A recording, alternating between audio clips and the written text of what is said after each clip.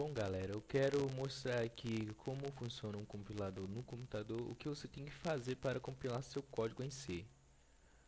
Nós temos que pensar assim, o compilador só traduz, então ele não vai ter um editor de texto. Então, o que a gente vai fazer? Vai usar o editor de texto que não tem formatação no Windows, é o bloco de notas, certo? Eu vou criar um programa aqui. Não precisa observar nada na sintaxe, como eu falei hoje é só teoria. Só quero mostrar como funciona o compilador no computador. Vamos lembrar que C é uma linguagem antiga, então foi feita para comandos de linha, de terminal, ou no Windows o prompt, o MS-2. O que acontece? Muita gente baixa o compilador, por exemplo, eu vou utilizar aqui um MinGW, mas funciona com Bolland, qualquer outro computador que você instale no Windows. E muita gente utiliza e fala, vai lá, instala, tenta fazer alguma coisa, executar alguma coisa no compilador e não acontece nada. Por quê? O compilador ele é chamado através da linha de comando. Você vai entender agora como os processos para fazer e para chamar o compilador pela linha de comando.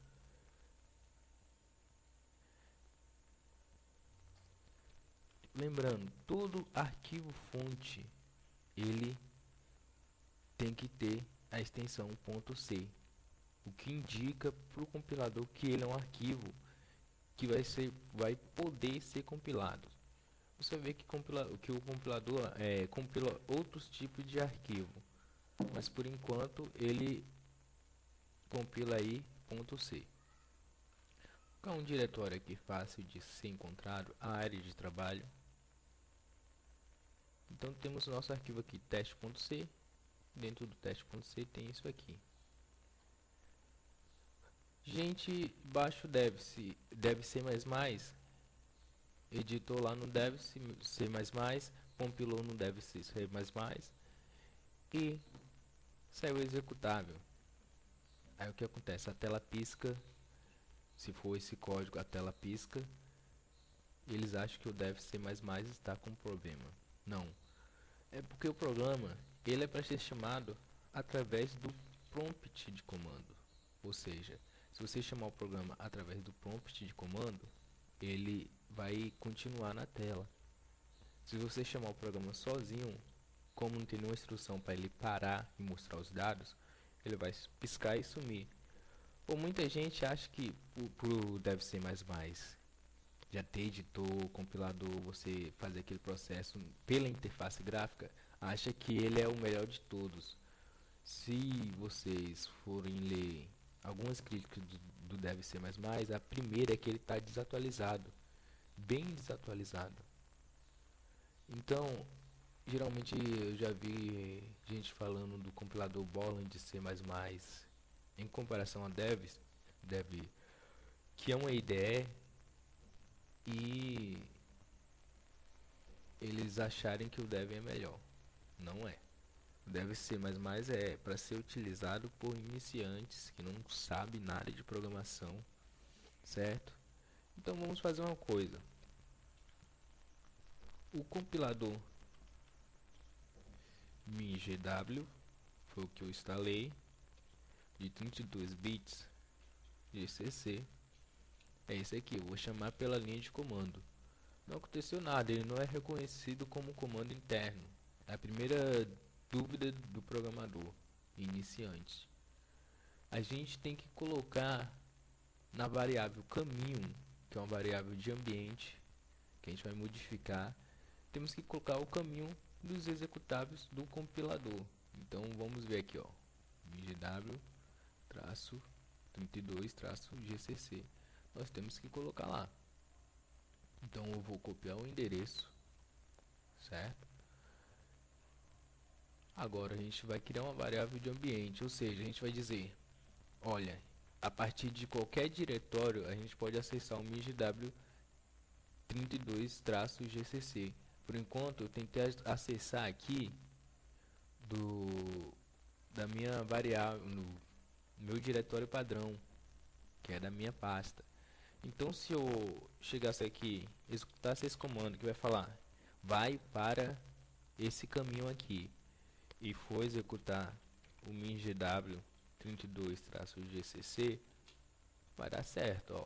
Aqui eu entrei no mingw e ele disse que não tem texto para ser compilado, não existe arquivos de entrada. A compilação foi terminada por não ter. O que acontece? Para mim compilar isso aqui está na área de trabalho, desktop. O GCC está aqui. Eu teria que colocar esse texto nesse diretório do mingw e compilado na boa. Mas sempre eu vou ter que colocar lá? Não. Por isso nós criamos uma variável de ambiente aqui em propriedades do computador, configurações avançadas do sistema e em variável de ambientes. A gente vai editar aqui a variável path, que é a variável caminho, onde que a gente coloca o caminho dos executáveis. Você vê que outros programas utilizam também a variável de ambiente. Primeira coisa, coloque um ponto e vírgula e cole aqui o caminho dos executáveis do compilador. Então, agora o sistema aqui, ele reconhece o compilador a partir de qualquer diretório. Então vou fechar aqui e abrir novamente o prompt de comando. Está aqui. O que eu vou fazer? Vou chamar aquele mesmo programa. Eu posso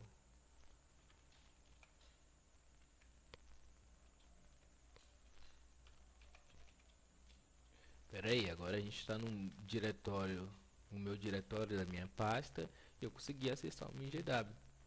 Só que nosso arquivo fonte não está aqui, está na desktop. Tem outra pasta aqui. Então o arquivo está aqui.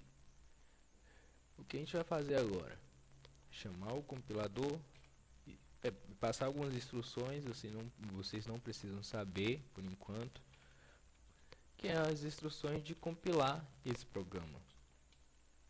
Então, vou compilar esse programa e digo que o nome dele, o executável dele vai ser teste. Ele está compilando, compilou. Se você ver na área de trabalho, aqui temos um programa chamado teste.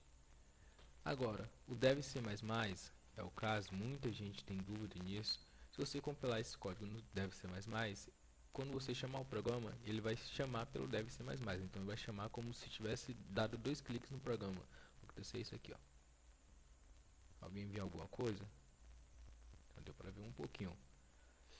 Então, esse programa foi feito para a linha de comando. Então vamos chamar esse programa pela linha de comando.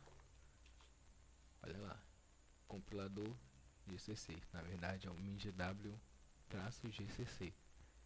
Você viu que deu certo. Então a gente precisa configurar uma variável de ambiente para os executáveis do compilador para você poder utilizar aí no prompt de comando. Isso serve para Java, para qualquer coisa. Você tem que criar uma variável de ambiente. Por exemplo, eu estou no meu diretório, certo? Eu quero compilar alguma coisa fora desse diretório. Eu também posso criar uma variável de ambiente. Aqui eu não cheguei a criar, que estaria em documentos, ó. Aqui tem um teste também. Eu criaria uma pasta chamada desenvolvimento ou qualquer outra coisa, ou projetos, e criar uma variável de ambiente para desenvolvimento. Por quê? Porque a gente só abriria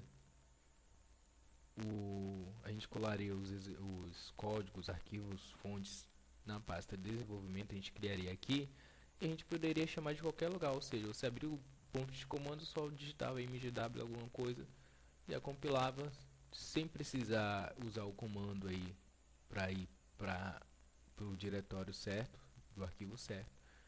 Então esse é o meu tutorial sobre compilador. Eu vou passar ainda um tutorial sobre a IDE, mas espero que tenham gostado, porque esse tutorial pode ser utilizado para qualquer compilador, para qualquer linguagem, e é isso aí.